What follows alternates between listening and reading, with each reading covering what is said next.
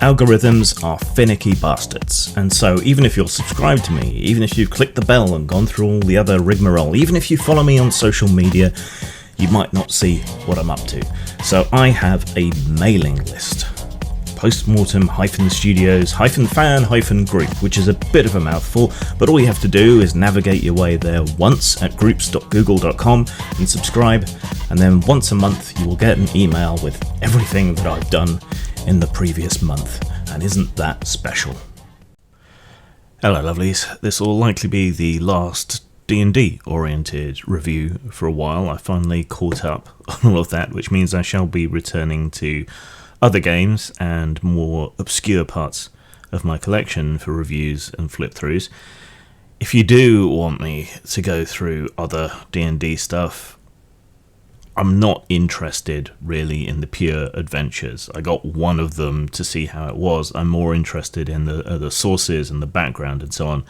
And I can't really justify spending out money on stuff that I will never even possibly use. So that's why you won't see more reviews of D&D stuff or things like Candlekeep Mysteries, for example. But today we're taking a look at Xanathar's Guide to Everything. And this is much more meat and potatoes. This is much more the kind of thing that I think is useful for everybody and has use over time, whereas adventures tend to be one and done, and also tend to be a bit problematic because players may have played them elsewhere. If you're playing with pickup groups online, that sort of thing, on Roll20 and so on, which is becoming much more popular as time goes on. But this is almost pure crunch. It's full of information and options and ideas of things you can do with your characters. So you've got new paths, new schools, new patrons, and everything. It's just full of stuff that is useful for every character class, full of options. But at this point, it hasn't quite gone so far as to nerf a lot of the previous stuff. Like race options are still meaningful here in a way that a lot of material just isn't in later books, and that's going to cause a compatibility problem later on, I think, and that may be the first stirrings and rumblings towards a 5.5 or a 6th edition, though I think they'll try and retain a lot of compatibility. Maybe they'll just look for an excuse for a big reprint, but yeah. Options. That's what it's all about. Paths, schools, fighting styles, different martial arts options for monks. Monks have never really fit with D&D for me, at least not in their interpretation here. A kind of more cloistered cleric might work better, but martial arts monks have never really worked for D&D for me. But your mileage may vary. But this really does expand on the options that are available, allowing you to better customize your character to your choices. The flip side of that is always optimal builds. Some people like to build what they think of as the best possible version of character type X, character type Y, squeeze out every bonus possible and make themselves super effective. If that's what you're doing when you're playing D&D, I think you're doing it wrong. You don't have to choose the most effective combinations, and especially in 5th edition, which is pretty forgiving, you don't have to play the exactly optimal character.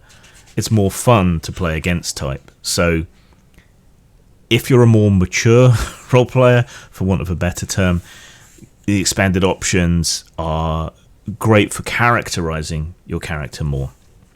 Whereas, if you're more of a munchkin, this can be a real nightmare for the Games Master. They have a much expanded life path, which is quite nice. Excuse me. I do these with no cuts, so you have to deal. As they say, this is ideas, not rules, but this allows you to use random tables to flesh out the background of your character, who their parents are,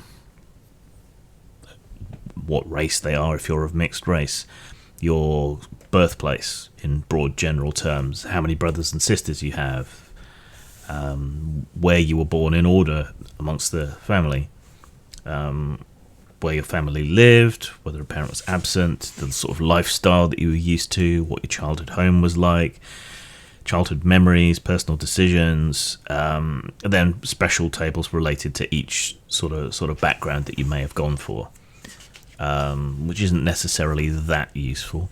Class training, how and where you trained, events that happen in your life. There's a lot of tables, there's a lot of stuff here. However, the amount of options aren't really that many within each one. If you want to do random generation, random background, random options, it's typically a D6, which means that things are going to repeat quite often if you have a reasonably sized group, or you play reasonably often, or you start new campaigns reasonably often. Because of the contracted nature of the tables, you're just not going to get that much there.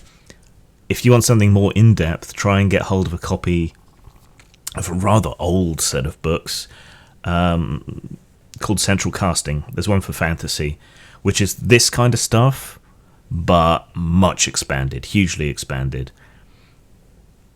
I kind of wish this had taken that route and really gone to town on this sort of background options and ideas and events and so on. Long character backgrounds, in-depth character backgrounds are the bane of many a games master, because why should you have to memorize every intimate detail of background from 4 to 6 people? It's just impossible. It's overwhelming. So if you are doing a character background, feel free to write it as floridly as you like, but bullet point the things you want the games master to pay attention to and present that to him. But for an in-depth background, this is it's better than the base, but it's not as good as something like Central Casting, which really specializes in doing that. There's additional feats which are massively underutilized in 5th edition, after being so central to 3rd edition and that, when it came to character customization and so on. I mean, it's welcome to have more options, but I haven't really seen anybody use feats a great deal in 5th edition at all. Your mileage may vary. I've not really seen anyone use it at all. Some tools for the DM, what sort of ideas and things you can include, how to interpret stuff that the players are doing, crafting to an extent, some rules clarifications on areas on grids and so forth. Yeah, kind of useful. Most people have figured this stuff out for themselves. Revised encounter building, which is much more effective than the original, including some very quick reference tables. One of the big problems with 5th edition is that it is a heavy prep game, even as simplified, relatively speaking, as 5th edition is, and constructing encounters can be a bit of an issue with that. So having some preset sort of quick matchups, so you can just look at this, then grab a few basic monsters out of the book that meet the levels. Yeah, that speeds things up a bit. Random encounters are a bit of a problem because you have to kind of balance them to level, but that also creates plausibility and immersion issues, because why, wandering through the same area, would I encounter, say, only an owl at levels 1 to 4, but passing through exactly the same area from level 5 to 10, why should I then encounter at least 2 bears? Why aren't I encountering the same things regardless of what level I'm at? It really kind of jolts you out of the game to an extent. So I'm not sure how you'd deal with that. Maybe roll a 1d20 for the level of the encounter, then roll the encounter, and then maybe tell the players, running away is an option. If you're level 1 and you roll a 20 and then 100 and you encounter an ancient white dragon with a bunch of young white dragons with it, running away is probably, or hiding is probably the best option. But that can still be a useful role-playing encounter. So that's another alternative way to look at it, I guess. But random encounters are old school, but there's nothing necessarily wrong with that. Yeah, and it's useful to have if you need to just fill in some time. Plus, as we were talking about with encounters earlier, if you just want to build a quick encounter, you can just roll one instead of an appropriate level, and just throw that in, which is another easy way of even filling out dungeons, or if you're out of inspiration, thinking up a quick little encounter.